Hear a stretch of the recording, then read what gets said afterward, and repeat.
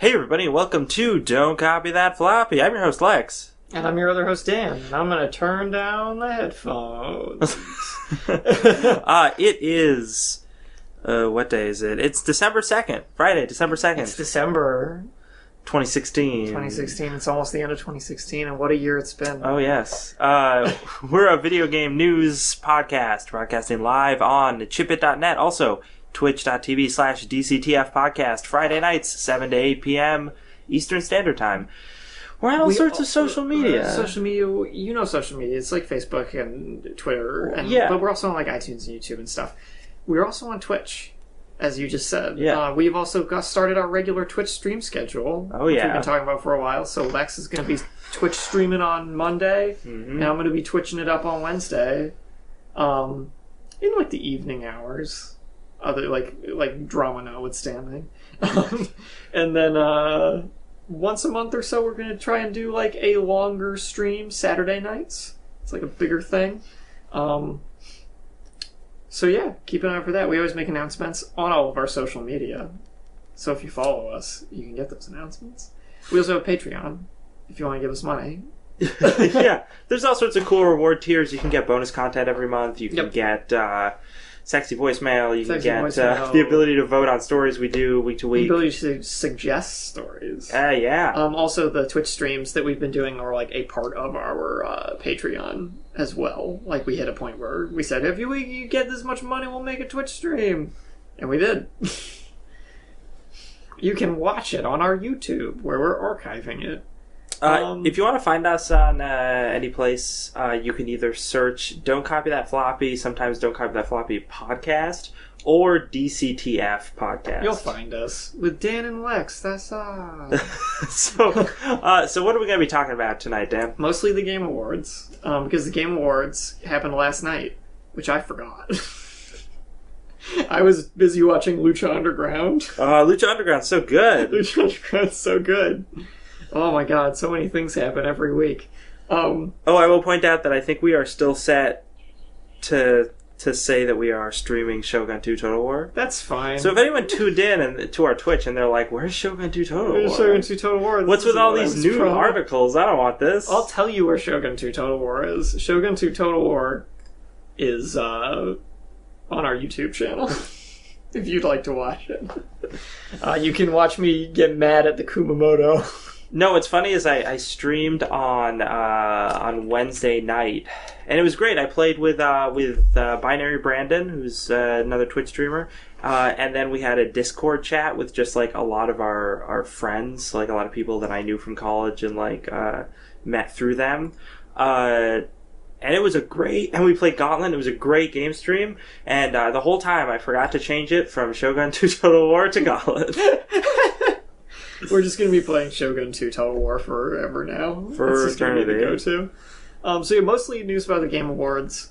All sorts of stuff came out of that. We had some game announcements. We had some updates on previously announced games, more information. Konami drama, or the aftermath, a retrospective on Konami drama, and Hideo Kojima's vindication. So that was cool. There's some No Man's Sky news this week. We talked about it a little bit last week, but now it's really in like full swing, so we can really talk about it. A little bit of Overwatch news, and some other just like game rumors and happenings. And we'll end the show by talking about upcoming releases and things that just came out. So first things first, the Game Awards happened. As I said, I did not actually tune in. Did you, Lex? I only watched excuse me, the tail end of them live, and then I watched the rest in recording this afternoon. Yeah, so I caught up on all like the hot news from it, but I have not actually watched the show itself. How would you say the show stacked up compared to the past 2 years? Great, I think. Really good? Yeah, the things that have always bugged me in the past about the Game Awards is there's been weird technical problems, and there's also been like awkward moments where like they'll throw to like somebody else on like a side stage or something, and that person will stand there for 30 seconds not knowing if they've been cut to or not. None of that happened this year. Great. So their biggest problem has seemingly been fixed. Now I think the reason why it was fixed is because the times where they cut to side stages and people interviewing like game industry people was way minimized. There's like way less of that this year than there was last year, which was kind of a bummer because I really liked those side interviews because they had really interesting people. But they still had a little bit of it. Mostly though, it was just the stuff going on stage. They had 3 musical performances. Would you say that Jeff Keighley delivered on his promise of less BS hype and more gameplay? No. There's still because I didn't see a whole lot of gameplay either. There's several new trailers, but very few like gameplay demonstrations. We had 2 really important pieces of gameplay, which we're going to talk about later, I believe. Yes. At least to me, those were the 2 most important. But otherwise, there was some other gameplay, but a lot of it was trailers and previews and things. And oh my god, there was so much marketing in this show. Oh, was there? Like, there have been in past years, but in this one, it was particularly blatant. It was very minimal in the first one. I want to note the one that they kept cutting back to that was my favorite. Please do. Which was Gillette Man. Oh no. And it was this dude in like a fake like mech suit where the head is a Gillette razor blade. Oh my god. And at one point he's in the audience. You know, that suit moved pretty well. I was impressed with the design. He was a guy in a suit who was at the show? Yeah. And they would cut to him. He never said anything because he had a razor blade for a head. There's no mouth in there, obviously. But they would. There's a point earlier on where they cut to him, and one of the co-host guys is like, "Oh, this is Gillette Man," and I think that's what his name was. It was like Gillette something, and he like, you know, he's a superhero and blah blah blah. And I'm like, oh, this is some sponsorship right here. He's got a shave. And then later they cut back to him where like. They made a fake little 16-bit fighting game thing, which is his character versus a regular Razor Blade character, and he just beats them up. That's, like, so brazen that I'm not even, like, upset about it. I know, right? And then after they show the game clip, they cut to, like, the Gillette guy with a controller, and then this other dude who worked on Mortal Kombat. And he's just like, you really had some mad skills there. And my god. It was like... Okay. I want to get that out of the way because that was the thing that I didn't want to forget to talk about the Game Awards. I'm speechless. I can't believe that shit. Oh my god. I gotta make sure I got his name right. Hold on. We need to make sure. So if you're watching our Twitch stream, I already scrolled down because I was like, oh, let's look at the awards. Who won the awards? Game of the Year. Overwatch. I'm gonna be completely honest, I actually didn't expect Overwatch to win this. Neither did I. I was very surprised by that. I expected it to be either Uncharted or Inside. That was my guesses. Because they were either going to be like Uncharted 4 because, oh my god, Uncharted, or Inside because, oh my god, deep cerebral indie game. Inside's kind of overrated. It was good. Best Game Direction also went to Blizzard for Overwatch, which is unsurprising given that they deigned to grant it Game of the Year status. So of course the Game of the Year has the best direction. Yeah, that was actually something I did not agree with. I was cool with Overwatch. Especially since 4 of these games overlap with the Game of the Year. The best game direction ones. Yeah, the other thing is when I think of direction, I think of, like, the plot, even though there's a thing for narrative and that's different. Yeah. But I think of the plot and I think of the general story arc, and Overwatch doesn't have that. But, I mean, it does in its supplementary material, but I don't know how much that has to do with, like, the game director. But in video games, I feel like directing is different, depending on the type of game you're making. If you're Hideo Kojima, it's similar to making a movie. But I think in the case of a game like Overwatch, the director's job is much different. And is overall helming the game and moving it in the direction it needs to go. And putting pieces together from, like, various sources to make a cohesive product. Yeah. And from that standpoint, Overwatch has no, like, blemishes. It fits together exactly as you feel like it's supposed to. Mm-hmm. There's nothing in there that makes you like, wait a minute, what's going on with that Overwatch? That doesn't make sense. Best narrative went to Uncharted 4. I haven't played it. I'm sure it's good. Best art direction went to Inside. So that's where they got their indie cred. Yeah. It's right there. No, I mean, when it's best art direction, you assume the indie game is what's going to win it. So I was like, it's going to be Firewatch, it's going to be Abzu, or it's going to be Inside. Yeah. Best music and sound design went to Doom. Thumper got robbed. Thumper got kind of... Okay.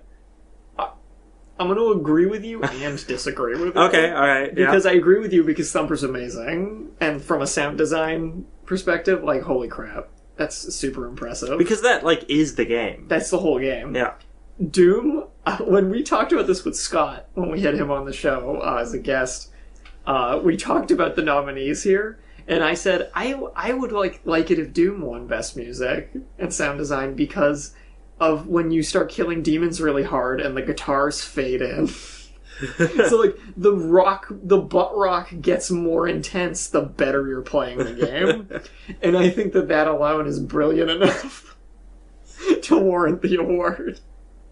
So, like, I can agree with you, Thumper got robbed, but I'm also really happy that Doom won. Well, the other thing, and I don't know if you saw it, but the one of the musical performances was... I didn't see any of the musical performances. There were 3 musical performances. 2 of them were just bands playing their popular songs. Yeah. But one of them was a medley of all the music from Doom played by the guys who wrote it. Oh. And it's this dude with like a 12-string electric guitar just jamming out. That's what it should be. It was amazing. It was so good. That's really good. I'm going to have to look that up. Yeah, it's a dude with an electric guitar jamming out, a dude with a drum kit just going crazy, and then a guy with like some synthesizers for like the background beeps and boops. Yeah. Awesome. And then, like, really great voiceover for, like, certain parts of it. Best performance went to Nolan North as Nathan Drake in Uncharted 4, but we'll get to Nolan North. We have another story about Mr. North. Oh, do we? We'll get to that. But this... I was kind of bummed by this, because it's like, yeah, Nolan North, he's a really good voice actor, he's a really good performer, but give it to somebody else. It's like when one actor or actress wins, like, 1 million Oscars. Like, Meryl Streep has enough Oscars.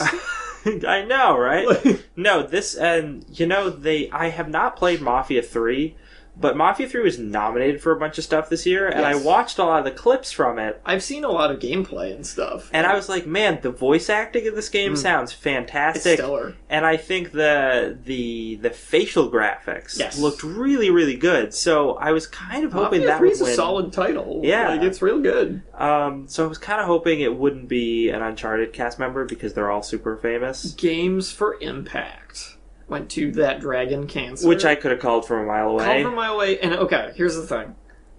This is a cool category. I like it. Yep. Because it's about games that are about progressive ideas and presenting things to us that we're not normally used to seeing, especially in a video game medium. Cancer's horrible. That's what that game's about. The game is literally about how cancer is horrible and awful. It's about how it's horrible when it happens to a young child, especially. I was going to say, specifically, it's about a family coping with their very young child having cancer. Just heartbreaking. And I'm like, it totally deserved to win. Fine. But it makes me think, I'm going to bring the Oscars up again. It makes me think of when you see the Oscars, and they're like, what's going to be the Best Picture winner? It's going to be the Oscar bait movie. Oh, yeah. And this game's kind of like the game equivalent of Oscar bait, because it's like, you put this on the thing, and how do they not? Oh, yeah, no, totally. They can't not give it the win. Because they feel guilty. Exactly. Because the crux of the narrative of that game is you're playing parents who are dealing with cancer. Yeah, who are dealing with their child who has cancer, and it's based off a true story. Yes, the developers. That's an important detail too, which is why I more think this deserves to win. Yeah, and you know that it wasn't made to be an Oscar baity type game. It wasn't made to be emotionally manipulative. And I think if it wasn't a true story and it wasn't made by these real people, I'd feel more like about this. But that fact is like, good. I'm glad they won. If it had been just like if it had been like, id Software presents That Dragon Cancer, like no. That would have been weird. Get out of here. Also, the speech that the guy gave for I didn't actually watch it yet, but I know he got very emotional. It's an amazing speech that he wrote, and he had a really tough time delivering it because he was very emotional. Yeah, freaking reasons. And one of the things that the cameramen kept doing during it, and I was like, you guys, come on, is they kept, like, they were clearly looking for audience members who were, like, tearing up, and so they could cut to them. I think, like... Did they cut to Gillette Man and his lubricating strips? I really hope they didn't. No, they didn't. They did cut to Ashley Jenkins when she was... Oh, yeah? Yeah. But his speech was amazing. That was I'll have to really, look that really up, too. Best indie game went to Inside. Yeah. I was really hoping for Hyper Light Drifter because that's just the game that I like the most. It's also the game that I like the most. But Stardew Valley, I would have really liked it if Stardew Valley won. I would have picked Hyper Light or Stardew over Inside, honestly. Hyper Light because, like you said, I just think it's the coolest game here, and I loved it. Yeah. Stardew Valley I played a ton of, and I would give it to Stardew Valley not only because it's a really good, well put together game, but it was made by one guy. Yeah, no, I think the whole thing. There's a great sort of story around it, especially as far as indie development goes. How much more indie can you get than a dude just making this game in his spare time? True. Like, best mobile handheld went to Pokemon Go. Yeah, I mean, again, we have problems with the category. Most overrated mobile handheld game. Yeah, because like Monster Hunter Generations should not be on the same list as Pokemon Go. You can't even compare the craft that went into these games. Yeah. Not to mention, Pokemon Go shouldn't have even been on this. It barely works. It barely works. And yet... It's a broken title. And yet they somehow won. I mean, I think the thought process was because of the impact Pokemon Go had when it first came out. That's fair. And I don't think 3 weeks of ravenous hype warrants winning this award. No, not really. Especially given the fall off, and especially given the fact that the game is broken. Yeah, it still doesn't really work. Tons of problems. Best VR game, Res Infinite. Thumper got robbed again. Although from what I hear, as a VR experience, Res Infinite is incredibly impressive. Yeah, that's what I've heard as well. When we're thinking about this in the context of you're wearing the VR headset playing the game, it's possible that Res is a more crazy experience than I was kind of also hoping for Eve Valkyrie. I was also really glad that Batman Arkham VR didn't win. God, me too. I watched a full playthrough of that. What a bunch of nothing. I know, right? And I was also glad Job Simulator didn't win. Not because Job Simulator is bad, but it's clearly like the test software that comes with VR headsets. Yeah. We've seen a million games at this point that are clearly made on that engine. Yeah. Like built with those same tools. Best action game, Doom. Yep. Okay. That's what I want. Yeah, okay. Best action adventure game, Dishonored 2. That's cool. I was kind of happy with that. The Hyper Light Drifter was in that category too, and I think is cool. I knew it wasn't going to win, but I still wanted it to. Me too, totally. So Dishonored 2, before it came out, I was like, whatever, Dishonored 2. And then I heard reviews and everyone's like, oh, Dishonored 2, it's so good. And I was like, oh, cool, maybe I'll check it out at some point. And then I watched a review from some guys who I trust. I don't know, if you watch Red Letter Media guys? Oh, did they do a review of that? I didn't know that. Jack and Rich Evans did a review of Dishonored 2.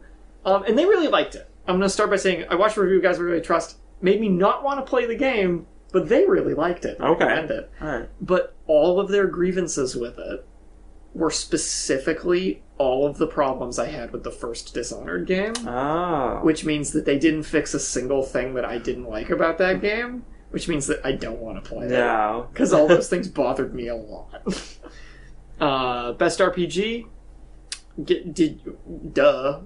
Witcher 3 Wild Hunt, Blood and Wine. I thought this was weird that it was specifically the DLC, but I guess it's because the game came out the year prior. Yeah, and Witcher 3 won a ton of stuff last year. What's funny, though, is that Blood and Wine is like a 40-hour game by itself. So it pretty much qualifies. And yeah, it probably deserves it. I haven't gotten to that expansion yet, but... I mean, I think it's kind of a bummer that an expansion won in a field of... Well, the World of Warcraft Legion, that's an expansion. Yeah. But also, Deus Ex Mankind Divided, you're treading the RPG line with that one, I think. Yeah, I think so, too. Dark Souls 3, sure, that's up there, but I don't think it necessarily deserved to win. It's a great game, but... Xenoblade Chronicles X, I actually question being on this, because it's... I guess maybe I don't question it being on it. It definitely shouldn't have won, though. That game looks great, plays great, Has a ton of stuff going for it, but it's missing... You can kill baby aliens. Kill baby aliens. Yep. Kill baby pig aliens, and if you don't, they murder people later on. Exactly. You feel like an idiot. That's drama, Dan. That's drama. There's also a storyline where people get eggs laid in their stomachs. And it's really horrifying, actually. So that game's got a ton of great shit in it. Like, as a sci-fi, like Star Trek-style, very grounded sci-fi setting, it's awesome. Exploration of a bold new world, all that. Yeah.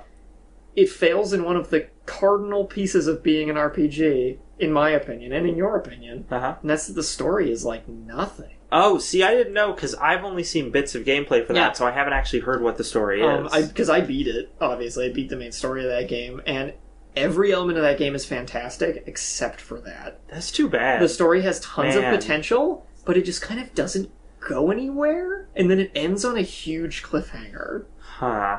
Which is like, they spent so much time making this awesome world to explore, they forgot to write a story. So for best fighting game... Street Fighter V. It's kind of what we were expecting. I mean, yeah. Killer Instinct Season 3, who cares? King of Fighters, who cares? The new KI game's good. Pokken Tournament is just kind of a wild card. It's a little weird. Yeah, it wasn't going to win. So I figured Street Fighter V was probably going to win. Yeah, best strategy game, Civ 6. Duh. Yeah, pretty much duh. Don't get me wrong, there's some great games on this list. Yeah. Banner Saga 2, Total War Fire Warhammer. Emblem Fates is really good. Yeah, but it's going to be Civ 6. Like, come on. They're going to give it. And XCOM 2 had too many problems. Most that are all pretty much fixed now, but it had a lot. Okay, so best family game, Pokemon Go 1. Now this, I knew you were going to want to talk about this. I actually agree with. This is the thing that I think Pokemon Go should have won, and it shouldn't have won the best mobile game, because... If you're talking about a family game, the whole family's playing Pokemon Go. Exactly. Your mom was playing Pokemon Go. My mom still plays Pokemon Go. Good She's for 8 her. levels higher than me in that game. She's level 24. That's crazy. That is crazy, actually. She caught a Ditto the other day. Nice. She's going to be a Pokemon master way before me. Yeah, I actually agree with you, because when I first saw this, I was like, that's stupid. Why did that win Best Family Game? And then I was like, wait a minute.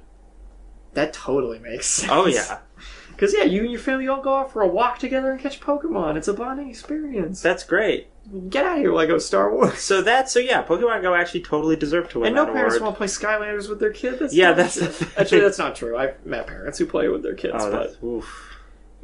Sports racing game, Forza 3. Oh my god, did you see the presentation of this award? No. Did a car come down from the ceiling? No, luckily not. To accept its award. It was either this, or it might have been a different one. I think it was that one, though. The guy who presents it, who they got to present it, is someone who has worked on racing games before, I believe. Forget who it was exactly. When he's talking about the award, he's like, yeah, best sports racing game. This is the category where stuff like Forza can go up against stuff like Mario Kart. I love this category. And it was, like, clearly sarcastic the way he said it. And I was like, oh, someone's salty. Someone's really salty. But like, Mario Kart wasn't on the list. Also, bro, you won the award.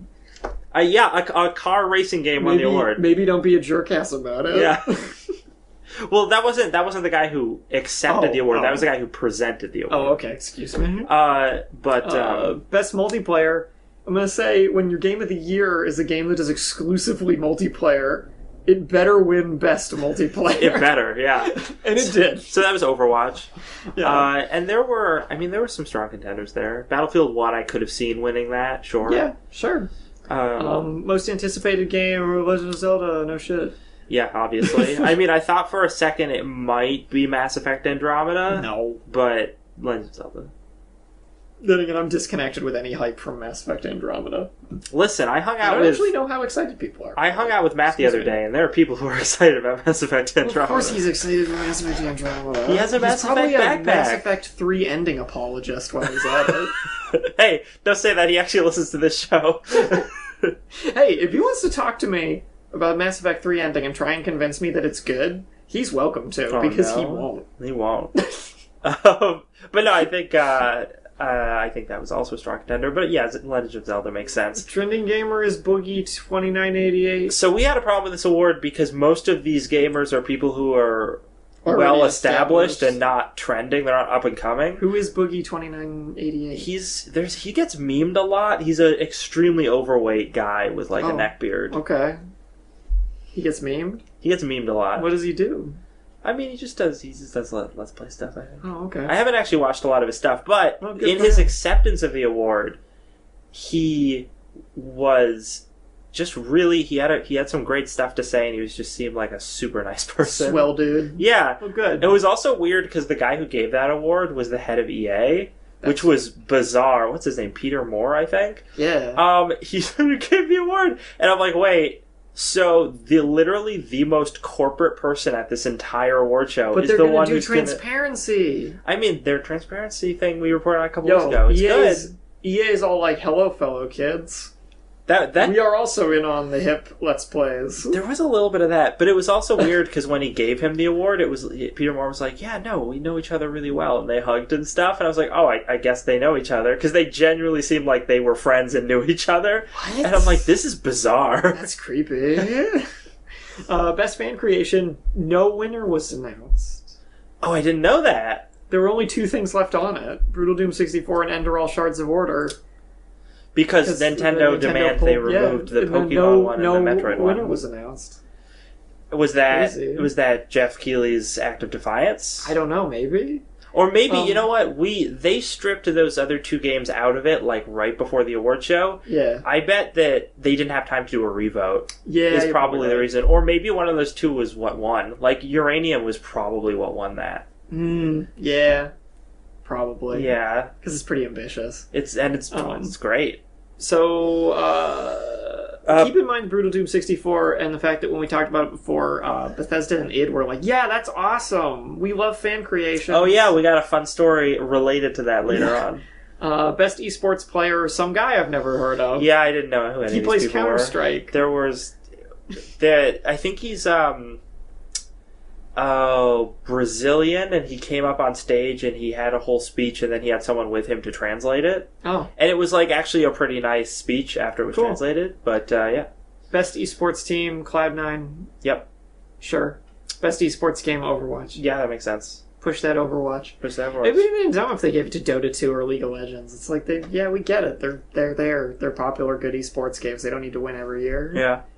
Overwatch is the up-and-comer. I bet Blizzard gave them a ton of money to make Overwatch the winner of this category. There were a couple of categories that were voted on by fans. Oh, were there? Those aren't here. No, they are. I think esports might have been one of them. Oh, that would make sense. And Trending Gamer. And Trending Gamer was, and I think esports player might have been? Yeah. Maybe fan creation? No, I don't know. Anyway, what else happened at the Game Awards? Let's just skim through bullet points, announcements. Telltale's Walking Dead Season 3 is coming. It's going to have 2 episodes at once. Mass Effect Andromeda, we got some gameplay. Halo Wars 2 got a trailer that introduces the villain. Is Matt also excited about Halo Wars 2? I have not talked to him about that because I forgot about it, honestly. He liked Halo Wars, didn't he? He might have. I don't remember. I can't remember. But yeah, it was a cinematic trailer, and the other cinematic trailer for Halo Wars 2 was also amazing, and this one was amazing, but there was no gameplay, so I don't care. There was more of Legend of Zelda Breath of the Wild. Okay, that's a big deal, yeah. There was a gameplay trailer and a non-gameplay trailer. Yes. And the gameplay trailer was...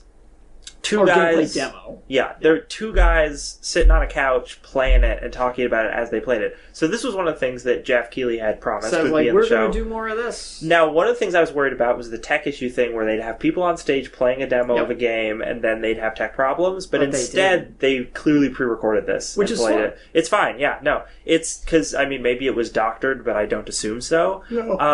And it looked really good, and we got a really good sense of gameplay. Great. And the new little trailer was really cool too. That game's got some great music already. Oh, totally. It was beautiful.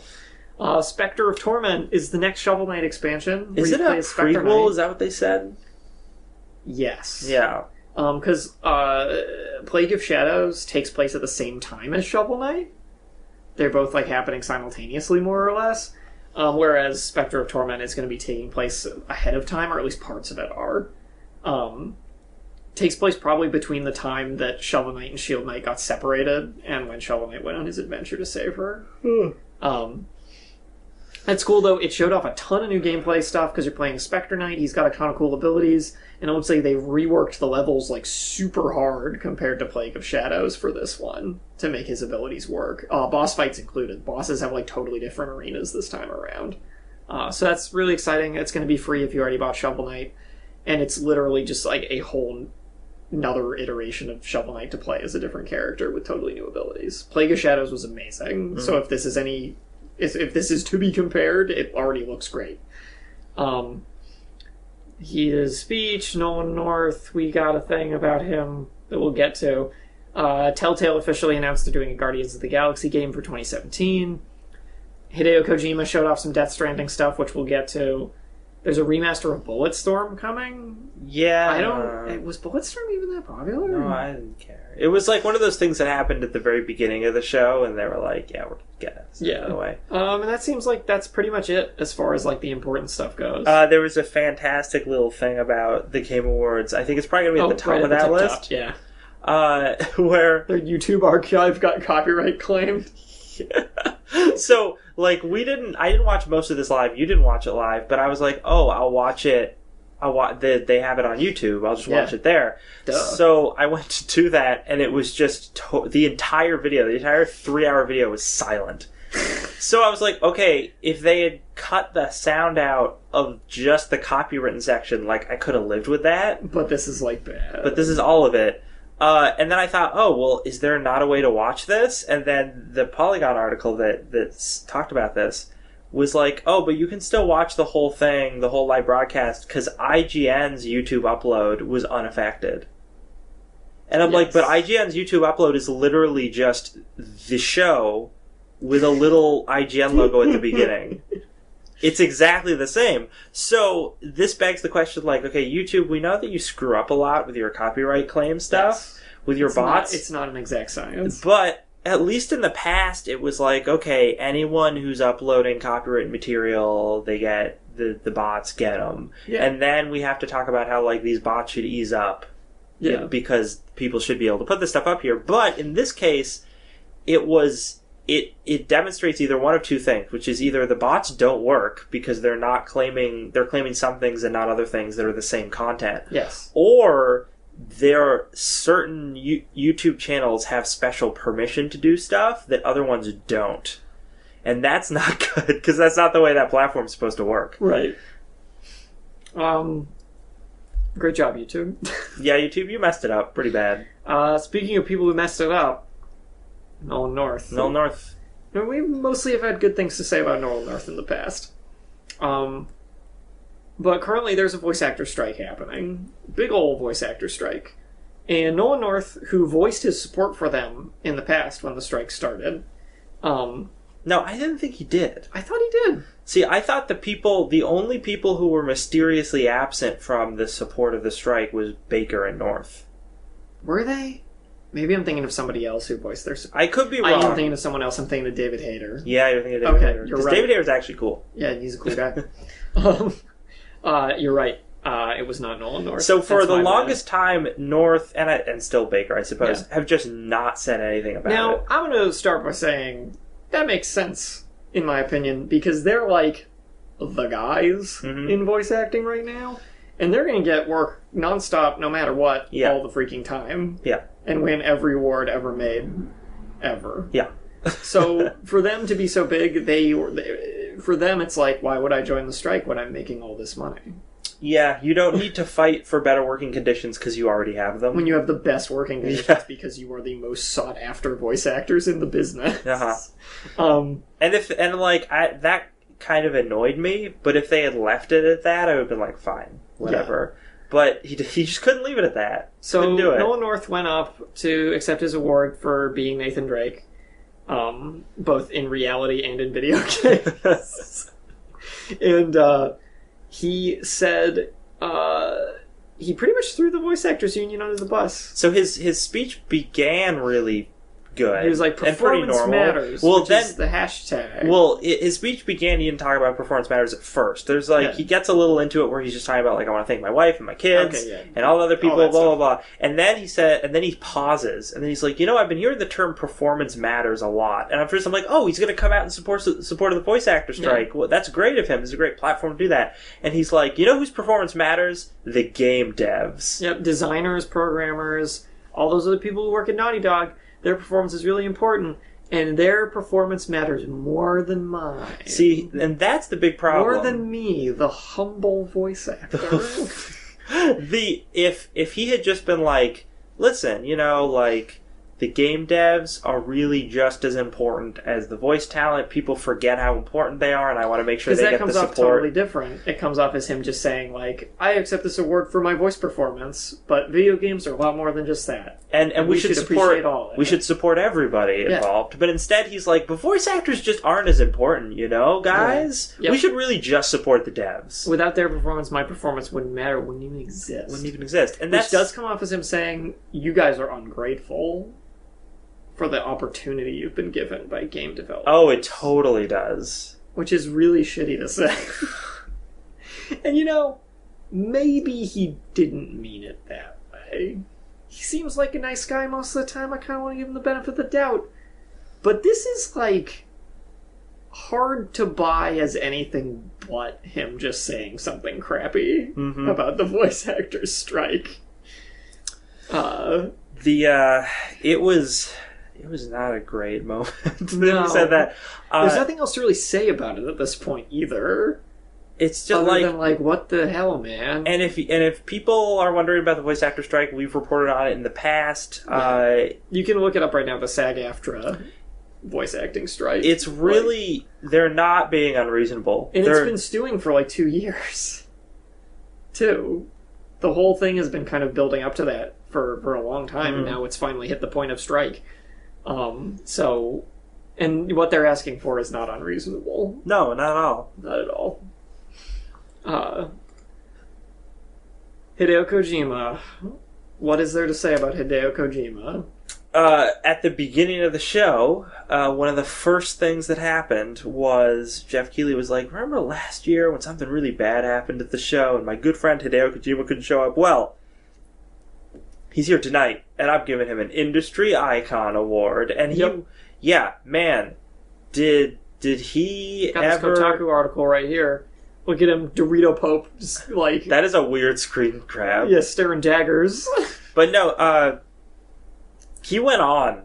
Keighley went on for a long time. That speech was long, and he just talked about... Just, cutting. Yeah, he was just... And most of it wasn't even him being mad at Konami, although some of it was. A lot of it was just man, Kojima is my best friend. I love him like a brother. His work is the best that's ever been done in the entire industry. And I'm like, okay, dude, I know that he's really talented, and he has he's done great work, but, seriously...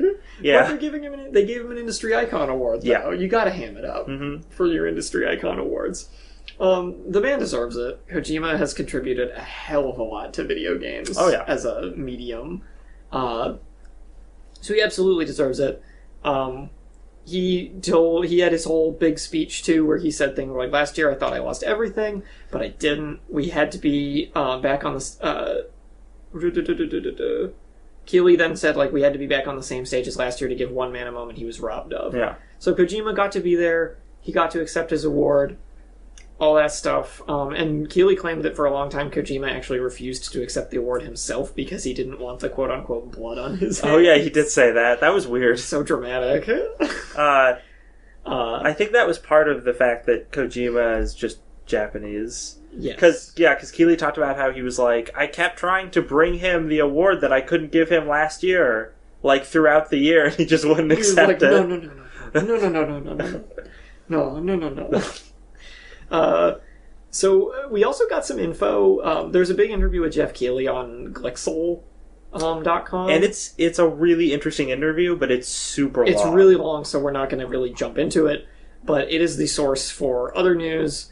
where I have this Destructoid article about it, that apparently Hideo Kojima's last months with Konami may have been a lot worse than most people thought. Now, again, this is not Kojima saying it, but it's Keeley saying Keeley's it. interpretation. And Keeley had said that Kojima was apparently, for the last 6 months of development of that Metal Gear game, Yes. Kojima was, like, locked in a room separate from his team. On a different floor. On a different floor, and the only way he could contact with them was for, like, a middle person that worked for Konami. He had to talk through a Konami suit. Yeah, that person would come in, he would tell that person what tell the team stuff, and then they would run off and do that. Now I'm inclined to believe this because of the state of Metal Gear Solid 5. Metal Gear Solid 5 comes off as a game where the director was not allowed to see it. Or, like, finish it properly. So I'm inclined to believe this to some degree. So that's too bad.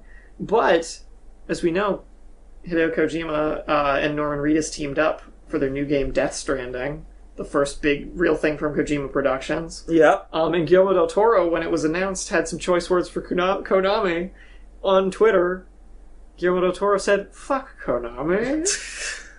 Twitter / the Game Awards. Check it out. So Guillermo del Toro's a sassy guy. He gets real salty when people cancel his projects. Oh, yeah. And things like that. So this is unsurprising. But as this article on Polygon says, it actually is nice to see someone in the industry be so, like, candid about it. Of just like, fuck those guys. Well, I think it's funny because he's, like, not actually in the industry, and maybe that's why he is so candid about it. He kind of is. He's worked on video games and stuff to some degree before, but yeah, he's not, like, a game developer. So he can get away with it. But, but this segues really nicely into Guillermo del Toro in Death Stranding. So we saw another Death Stranding cinematic trailer. Yes. Although I would argue that both of these cinematics have been in-engine. Yeah. Most likely. And it's different than the first one. It is a lot different. But just as confusing and tells us... And creepy and nothing. weird. Yeah.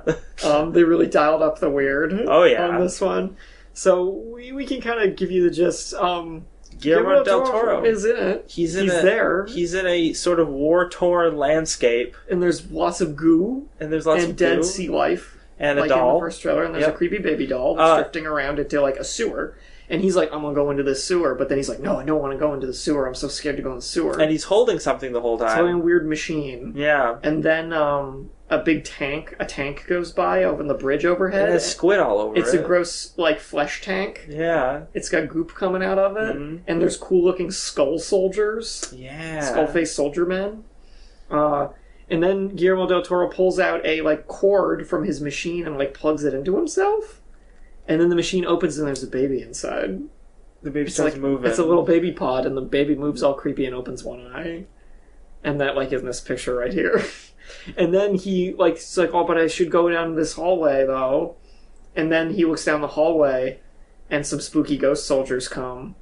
And they're being led by Mads Mikkelsen. Mads Mikkelsen. And Mads Mikkelsen looks wicked cool. Oh my god, Mads Mikkelsen... He looks awesome in this trailer. The game engine rendering of him is, like, kind of incredible. It was weird, too, because the game engine rendering of Guillermo del Toro doesn't look that great.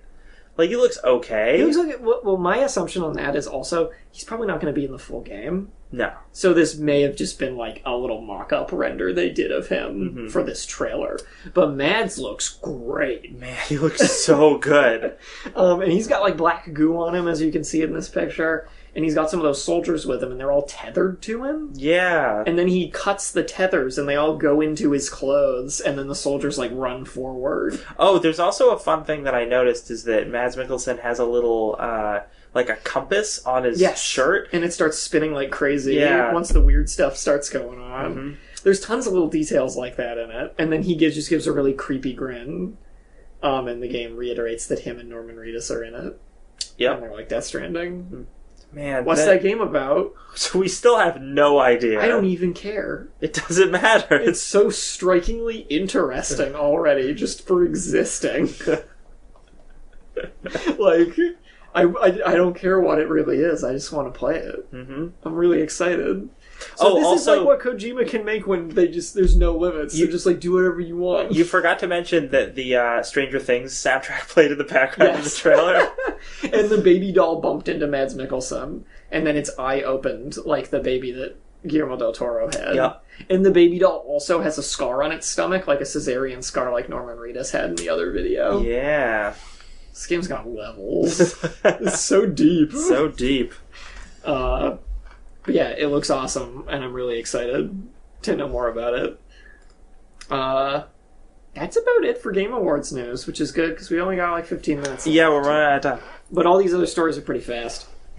No Man's Sky, we talked last week about how they had finally broken silence and said, hey, we've got a big patch coming in the next week or so. It's going to add base building and a bunch of bug fixes and other things like that. It's going to be really great, and it's going to add some features we said we were going to add, and it is the first of many patches. That patch came out on Sunday, actually. I downloaded it, and I was like, you know what? I'm going to check out this No Man's Sky patch. I'm going to see it. I'm going to do my first impressions so I can talk about it on the podcast. Oh. Yeah, first-hand experience. So the first thing, I loaded it up, and I was immediately prompted to choose my save file. Now, previously the game only had a single save file, but now you can have a separate save for the normal game mode, the survival game mode, and the free creation game mode. So I really like that. You don't have to be limited to one of the game modes at a time. You can have a separate save for all of them. That's great. I decided to start a survival game because I'm interested in that kind of thing. I played Fallout New Vegas on like the survival mode where you had to eat and drink and stuff. Mm-hmm. I like mechanics like that. So I started it. I started on a winter planet. I was way far away from my ship, which was immediately different from the regular mode. I was like a 10-minute walk away from my ship on a sub-zero planet. So I was like, all right, survival mode, let's do it. Let's survive. So I was like, I gotta get to my ship so I can save my game. And I collected some resources along the way. Resources seemed much more scarce. Okay. Which was also cool. Like plutonium, which is like everywhere in the regular game, because you use it for so much stuff. Like, even plutonium, like, I actually had to look for, which I thought was cool. Then I was about halfway to my ship, and I walked into a cave, and the game froze and hard crashed me back to the PS4 menu. Oh, great. At which point I stopped playing No Man's Sky, and I have not turned it on again since. So, I'm apparently, like, in the minority of people who something like this has happened to with this new patch, but it immediately just like soured me on it again. And I'll probably go try it again some point soon, but that was like the worst possible thing that could have happened when I was honestly giving the game like a real good second go. Yeah. It was like, come on! I didn't even do anything, I just walked into a cave! Yeesh. But allegedly, if you don't freeze, the update's really good. The base building functions work great. The freighter functions work great. Like, all the new buildable items are cool. The new inventory system and HUD is really good. So, like, good job, Hello Games. That's that. That's that. There's a ton of stuff to it. You can look up patch notes. It did a ton of things. Still bothered that they didn't say a single freaking word the whole time they were working on this. Yeah, that would have been great good. PR. In other news, No Man's Sky's creators have been cleared of the false advertising allegations that the United Kingdom's, it's the ASA, what's that stand for? Advertising Standards Authority, had leveled at them. This is something we reported on in the past. It was a while ago. Yeah, it was around the time the game came out. No, I think it was a little after that, because their investigation lasted 2 months, so I think it was I guess, yeah, it would have a couple months after the game's release. But they determined that the game did not actually have any false advertising. Yeah. They did admit that it was a little misleading. Yes. But it's not enough to call it false advertising. Yeah, they were saying, like, we should give some leeway for games that are in development. And I mean, that's fair, because the vast majority of games in development do not look the same when they finally come out. Let's see if I can lift a quote here. Maybe not.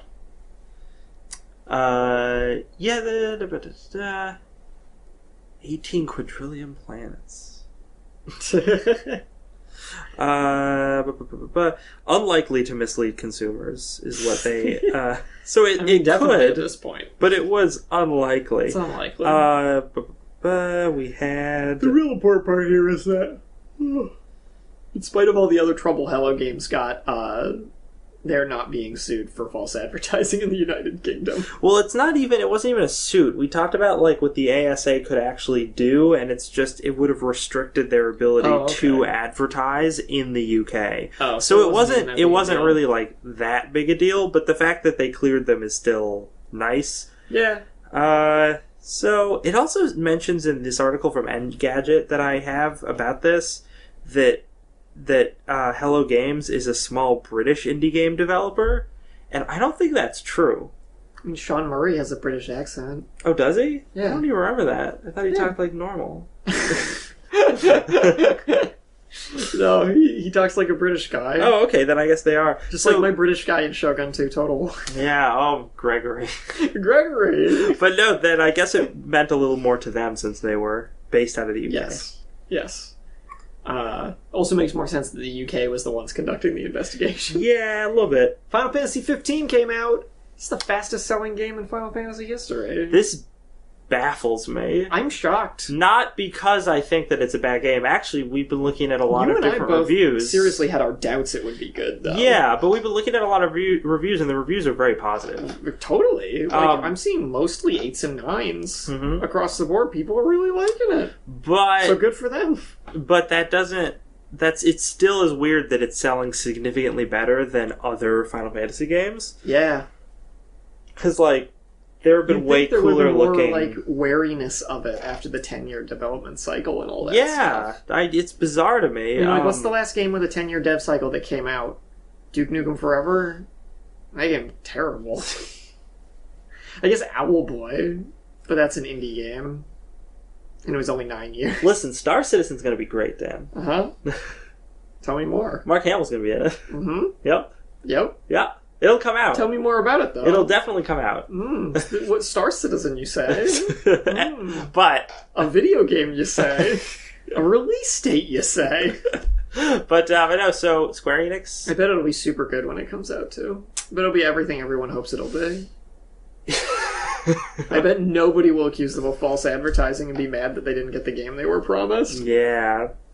There certainly isn't. Everyone will just blame Hello Games. That would be great if Hello Games got blamed for Star Citizen. Being not what people wanted. People just keep egging Sean Murray's house. So they sold 5 million units day one in shipment and digital sales combined. That's crazy. Yeah, great for them. I mean, yeah. If they made a good game, which they apparently did, good for them. The only thing that bothers me about this is that one of the things that we learned about Final Fantasy 15 going in was that it was going to have almost all, if not more, of the annoying DLC type stuff that we see in a AAA title from EA. Yeah. And that's something Square Enix doesn't usually do. Right. So now they're like, oh, I guess people just like that because it works for EA and it really worked for us. So we should just do lots of obnoxious DLC now. Yeah. Also, I have read that if you want to get the most out of the story, you should watch the Kingsglaive movie. Yep. The 6-part anime OVA of Final Fantasy 15.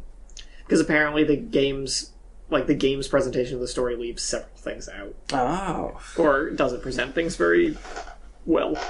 But that's the biggest complaint I've seen. So cool. Good for Square Enix. That's really good for them, especially because if this game didn't do well, it probably would have meant the end of Final Fantasy as a franchise. Because they were kind of floundering on it for a while now after 13. This is an interesting story. Almost 2/5 of Steam's entire game library was released in 2016. Yeah, this is a weird little factoid that came out that I think is just worth mentioning. Yeah. But yeah, more than 4,200 games have been released on Valve's digital distribution service so far in 2016, according to Steam Spy, which is just they're like a site that keeps track of lots of different figures associated with them. Represents 38% of all the games on Steam. All of the games on Steam. And Steam's been out for a while.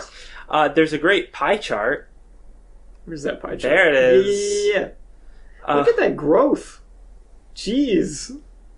Because it's a consistent growth, too. Yeah. So what's going to happen in 2017? Is it going to be the whole pie chart? It's gotta Can that happen? It's going to overtake the whole pie chart. Yeah, man. That's nuts.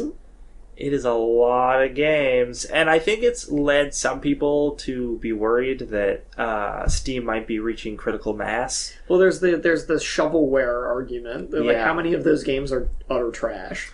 And I mean, Jim Sterling certainly talks about a lot of the other trash ones. And I bet there's many more that just don't even get mentioned or noticed. It's actually funny. Jim Sterling's, his little bio on Twitter for a long time after the Digital Homicide thing was Jim Sterling, the Steam cleaner.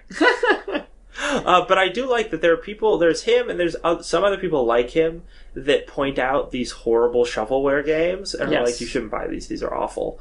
They're doing God's work. Yeah, and I'm hoping they're discouraging at least a couple people. Yeah. But, assuming that most of these games are not shovelware, and I don't know the numbers on that, per se, Yeah. That's like, just a lot of people are going to that platform. Yeah. And it's great. Yeah. Ain't no problem there. Oh, they talk about VR titles in this article. I didn't realize that. There's, there's 15.8% of the those total 4,200 games are VR games. And 13.1% require a VR headset. Ah. It's kind of interesting factoid that there's been that many like random VR releases. Overwatch Season 3 is live as of this week. There's nothing new yet, though. It's just as it was prior to the season. There's still all the changes being done to Symmetra on the public test server, as well as the new map Oasis, which is a new King of the Hill map, which I watched a little video tour of, and it looks really cool. I'm excited to play on it. Maybe it'll be a King of the Hill map I actually like. That's not true. I like Nepal and stuff fine. Lijiang Tower can fuck off, though. So that's cool. I've started my placement matches. I'm excited to kind of get into it again.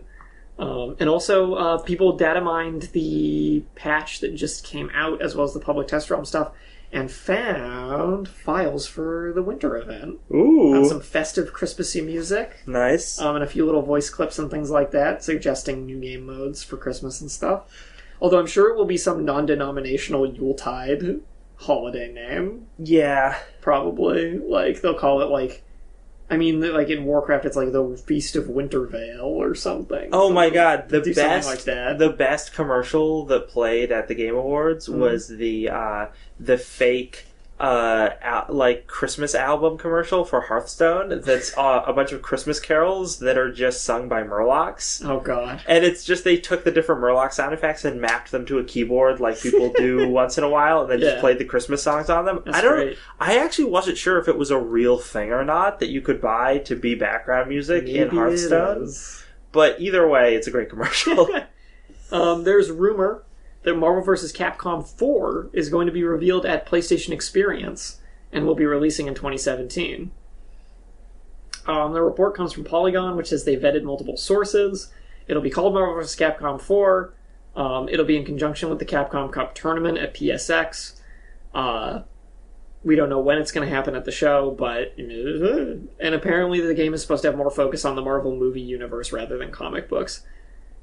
Which means Avengers and Guardians of the Galaxy will make up like the bulk of the roster, and some other mainstays might go underrepresented, which bums me out, because it means they're going to be leaving out lots of like more obscure, interesting characters for a fighting game in favor of just being like, but the people from the movies, though. Yeah. It's kind of too bad. At least Doctor Strange will still be in it, because he just had a movie. That's true. I wonder if they'll get the movie people to do the voices for the game. No. Then what's the point?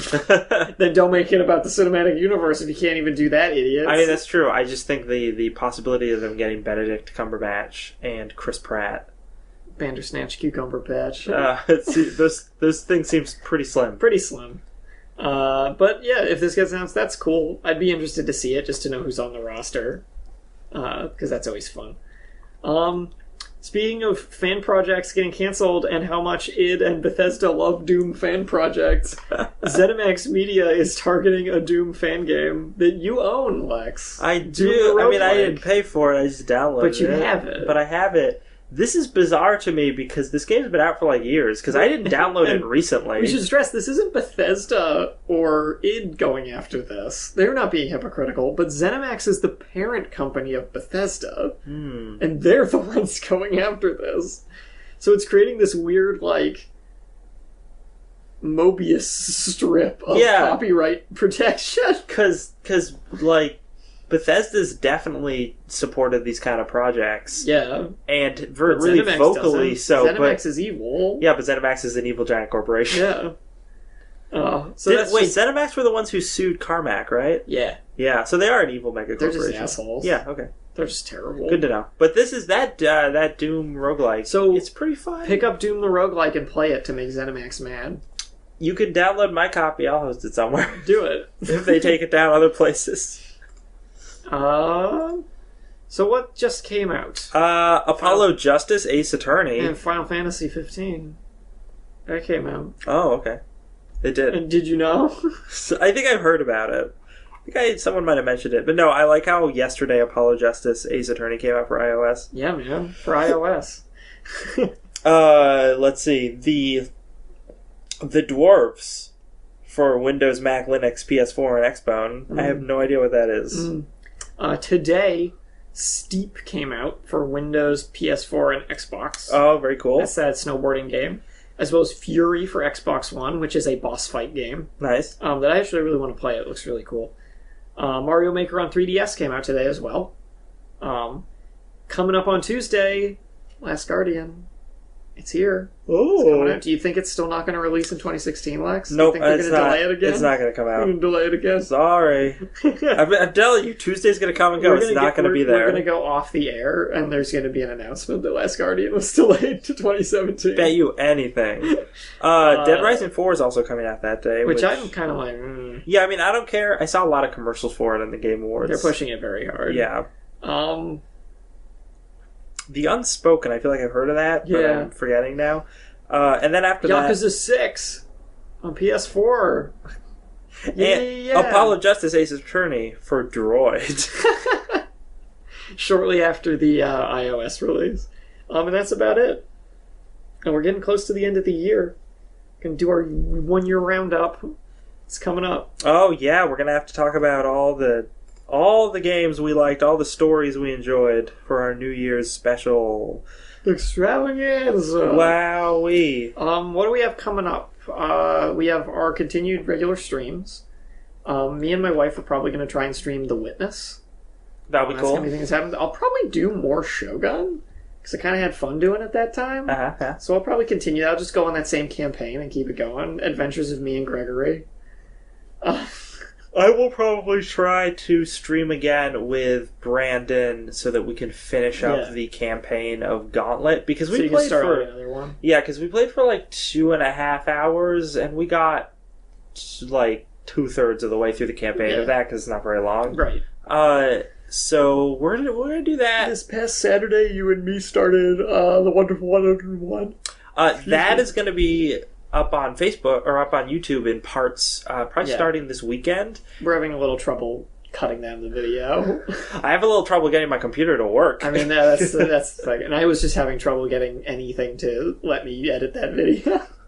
But that'll be going up, and the parts 2 and 3 of that will be happening at some point soonish too. Yes. Saturday nights. Part 2 will play chapters 4 through 6, and part 3 will finish with chapters 7 through 9. I'm trying to think if we have any other announcements. I mean, our streaming schedule is typically Monday nights, Wednesday nights. Yep. So check that out. And I'll probably be doing some Overwatch on that at some point soon. Oh, you should. I mean, you got that capture card. You got to use especially now that the competitive season started up. Mm-hmm. I'll stream my placement matches, and everyone can laugh at me. Nice. But yeah, I don't know. I'm probably forgetting something, but that's what we've got going on right now. Check us out on all our social media: Facebook, Twitter, iTunes, Steam, YouTube, and Twitch. DCTF Podcast or Don't Copy That Floppy. And check out our Patreon if you'd like to support the show. And if you don't have any money but want to support the show, go to iTunes and leave us a review. Yeah, definitely leave us a review. That'd be great. And that's about it for this week. Actually, you know what? You know what I should mention real quick is that iTunes thing reminded me. There have been some problems with the ChipBit server. Okay. So some of our most recent episodes are not up on iTunes yet. I noticed that actually. So if you want, if you do usually listen on iTunes and you're wondering why the last week or two has not been up on there, that's the reason. But we are going to get them up in a timely manner on YouTube. So I would just listen to them there if you gotta have them, right then. I will also mention, because you reminded me, I finally finished putting up our full YouTube archive. Oh yeah, of all of our episodes. So if you want, it's there. They're all of them named and have descriptions and tags and everything. It took a while, but they finally are all there and uploaded, so you can enjoy those at your leisure. Nice. So yeah. We have been Don't Copy That Floppy. I have been Dan. I've been Lex. And until next week, remember... Don't copy that floppy.